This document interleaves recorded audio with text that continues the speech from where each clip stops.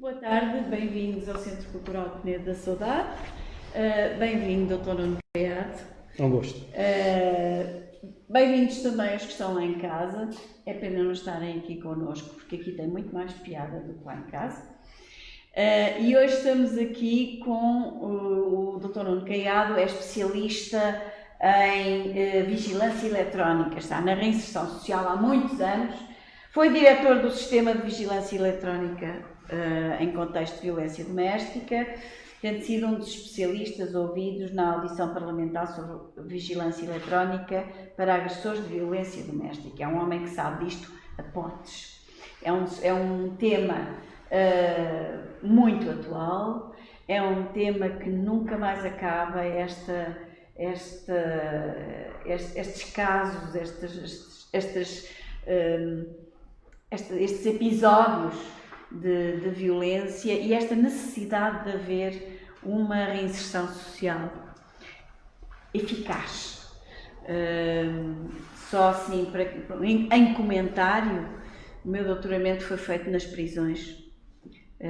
Não estive presa, podia ter estado. Estive só pequenos períodos.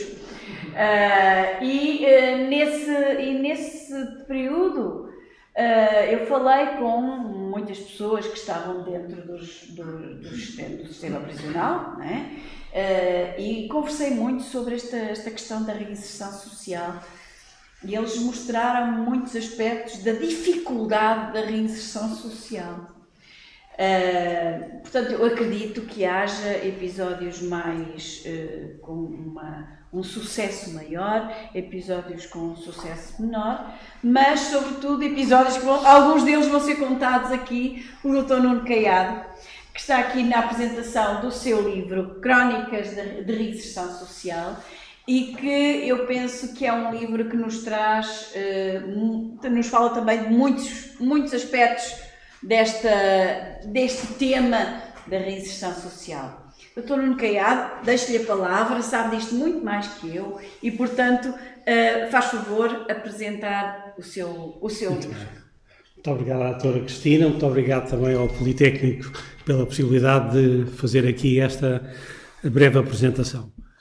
Acho que é a terceira vez que isto está marcado, não é? E, portanto, cumpre-se aquela coisa de a terceira é de vez. Podia ser outra coisa, mas finalmente conseguimos. Acho que devo uma explicação a quem estava para vir anteriormente. Primeiro, a minha mulher, de quem eu dependo e que está aqui na qualidade de mulher e ex-colega,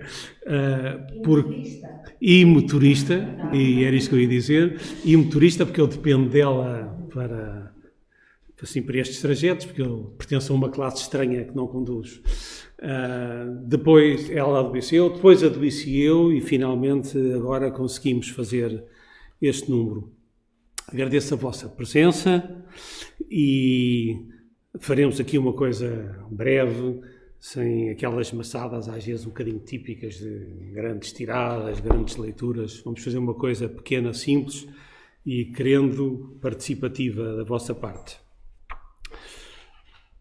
Acho que devo, talvez, começar por dizer como é que aparece um livro de crónicas de reinserção social. Eu estava, em 2020, doente em casa, tive um longo período doente e a cabeça precisava de se ocupar e, preocupado pelo futuro da probation e da vigilância eletrónica também em Portugal, achando que as coisas estavam com um histórico muito pesado e sem perspectivas, pus-me a pensar o que é que poderia fazer. Comecei a ler coisas e às tantas tropecei num livro de um probation officer americano que se tinha reformado e que tinha feito, entretanto, um livro de banda desenhada sobre o serviço onde tinha trabalhado. Isso, digamos que me inspirou, não é? E achei que podia fazer qualquer coisa usando também a bonecada que eu tinha feito, sobretudo nos anos 80 e 90. Também me pareceu que não tinha sentido fazê-lo sozinho. Era uma coisa pobre e não tinha sentido para mim. Portanto, embora investindo em escrever algumas coisas novas e aproveitando e melhorando algumas coisas antigas que tinha no baú, perguntei a uma série de colegas se não queriam participar num projeto deste tipo. Houve uma série de pessoas que amavelmente disseram logo que sim, houve uns malandrecos que disseram que não e houve uns ainda mais malandrecos que disseram que sim e que não escreveram. Alguns dos quais da zona centro e da zona norte. E daí a fragilidade deste livro, que é ser uma coisa muito lisboa-cêntrica. Mas eu sou de Lisboa, portanto esta é a minha base, não é? E depois houve esses tais malandrecos que não colaboraram como eu gostaria. Feita esta explicação sumaríssima, entrando nos conteúdos, eu gostaria, sobretudo, ou pelo menos em primeiro lugar, de dizer quem participou e como. Participou um tal de Nuno Caiado, que fartou-se de escrever, escrevendo algumas coisas relativamente às origens da profissão de Probation Officer, evocando algumas... Está a abanar muito. Antes que se parta. Okay. É melhor assim, então. Evocando as origens da profissão, e havia alguma bonecada dos anos 80 que ajudou a construir uma narrativa sobre como é que se construiu a profissão e como é que, lendo agora o título, como é que a banda desenhada artesanal e folhetos diversos constituíram uma ajuda à criação da identidade profissional, ao mesmo tempo que fazia uma crítica institucional já bastante incisiva logo nos primeiros anos. Depois há um capítulo partilhado por mim e por outros colegas designado Reinserção Social, Relação Social, portanto que apela à ideia da reinserção social como inovação do processo penal, inovação no sentido de que era um objetivo claro do processo penal materializado em novas penas inscritas no primeiro Código Penal da Democracia, de 82. Eu escrevo uma série de coisas à volta disso e depois há uma quantidade apreciável de outros contributos. O Samuel Freitas, colega do Funchal, tem uma crónica que é claramente madeirense. A Fátima Costa Gomes faz um longo conto, é talvez um bocadinho lento, mas tem uma razão de ser, parece-me, que é como se ela quisesse demonstrar como o processo de reinserção social que ela descreve é lento, é mastigado, é difícil, tem zigue-zagues. Há uns poemas muito engraçados do Daniel Mendonça, que é poemas muito curtos, mas muito irónicos, muito finos, refletindo sobre a profissão a partir de si mesmo e dos clientes que ele observa. Histórias da Margarida Batista, que são relatos do cotidiano em que eu acho que muitos TRS, muitos técnicos de probation se reconhecem. Algumas histórias açorianas, também com um sabor claramente local, escritas pela Jacqueline Torres. Crónica de uma morte anunciada da Conceição Condesso, que tem muito a ver com o icónico bairro do Casal Ventoso e as suas intermináveis desgraças relacionadas com o tráfico e consumo de heroína. Ana Teresa Calado tem um conto bastante denso, mas interessante, sobre um puto delinquente e as suas dificuldades de relação com o sistema e a ordem estabelecida. A Inês Coelho fala-nos de um tema, aliás, aqui único, que é Declarações para a Memória Futura. É um relato um pouco pesado, mas, na verdade, muito significativo do ponto de vista emocional e do ponto de vista do tema que aborda. O Paulo Amaral tem 3 textos acompanhados de fotografias que são talvez dos textos mais difíceis de ler, até pela compactação estética, mas que tem um propósito. Nem tudo o que é difícil, melhor dizendo, o leitor às vezes é chamado também aos textos difíceis. E se o leitor for um bocadinho persistente, vai retirar, estou certo, muito, muito prazer destes textos, que para mim são das coisas mais bem escritas que se encontram neste livro. A Cristina Carvalho relata algumas histórias com humor muito do princípio da profissão.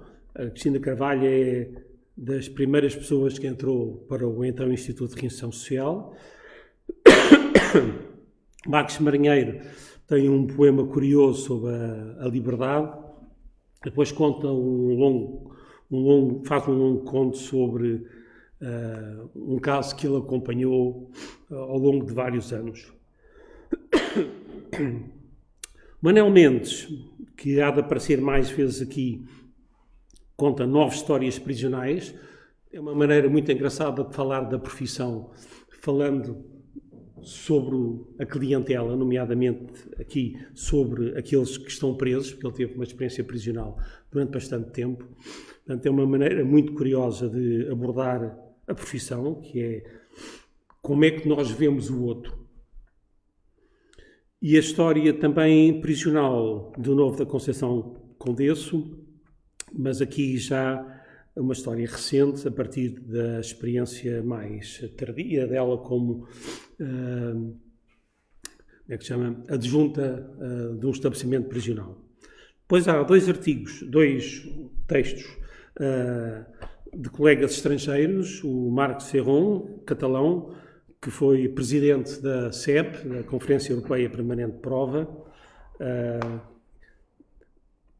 que é um texto que à partida é um bocadinho... fiquei sem perceber até ao terceiro bloco o que é que ele queria, e depois percebi. Ele faz uma navegação por entre experiências e países enquanto presidente da CEP. Vai a muitos sítios e conta-nos como é que ele vai e depois volta. Simpaticamente, termina em Portugal, mais propriamente dito em Lisboa. O Barry Snellgrove conta, que é inglês, conta como é que se meteu nisto na probation, quando era miúdo. Conta várias histórias da sua vida profissional e faz uma espécie de entrevista e relato da entrevista a um antigo cliente com quem ele manteve algum contacto ao longo de anos. Um caso de trabalho a favor da comunidade, que se sentiu orgulhoso por participar indiretamente que seja, neste livro. O Barry Snellgrove foi o responsável pela contratação pública da vigilância eletrónica em Inglaterra durante longos anos. Depois eu escrevo mais umas coisas sobre relatórios sociais para julgamento, relativos a um momento em que eu fazia muitos, não é? Nos anos 90. Há depois um longo capítulo sobre justiça juvenil, dividido naqueles 2 momentos típicos da organização tutelar de menores até aos anos 90, até ao final dos anos 90, e depois quando saltámos para a lei tutelar e educativa. São, de facto, é tudo justiça juvenil, como a gente diz hoje, não é? Mas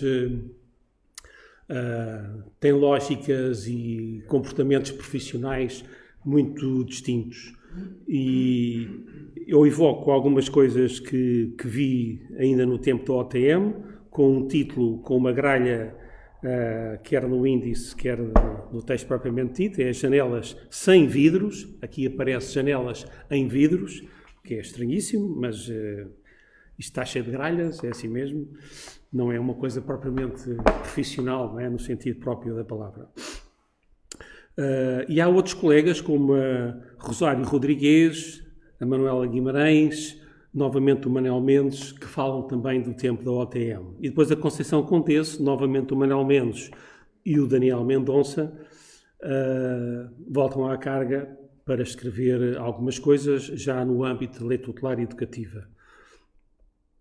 Depois, um capítulo sobre a vigilância eletrónica, inevitavelmente, porque marcou muito a minha vida, sempre foram 14 anos à frente daquilo.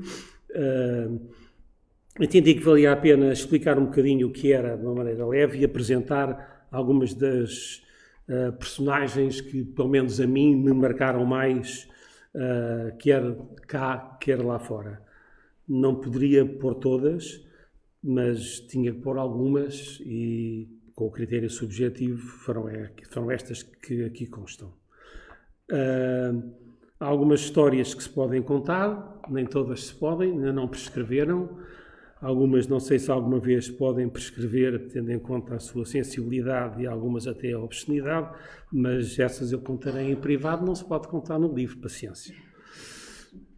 Serviço externo fotografado é um conjunto de fotografias feitas pela Conceição Morato, colega da Vigilância Eletrónica de Setúbal, que, aproveitando alguns serviços externos, foi fazendo fotografias ao longo da sua vida e que aqui são reveladas de uma maneira que me parece que é bastante interessante. E, por final, eu e o Manuel Mendes temos uma espécie de diálogo chamado Diabos, em que cada um olha para o diabo, para o mal, talvez para o crime, não tanto para os criminosos, não é? Mas mais para o crime e para o mal em si mesmo.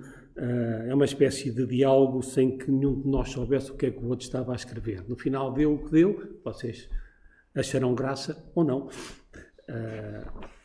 E pronto, é isto.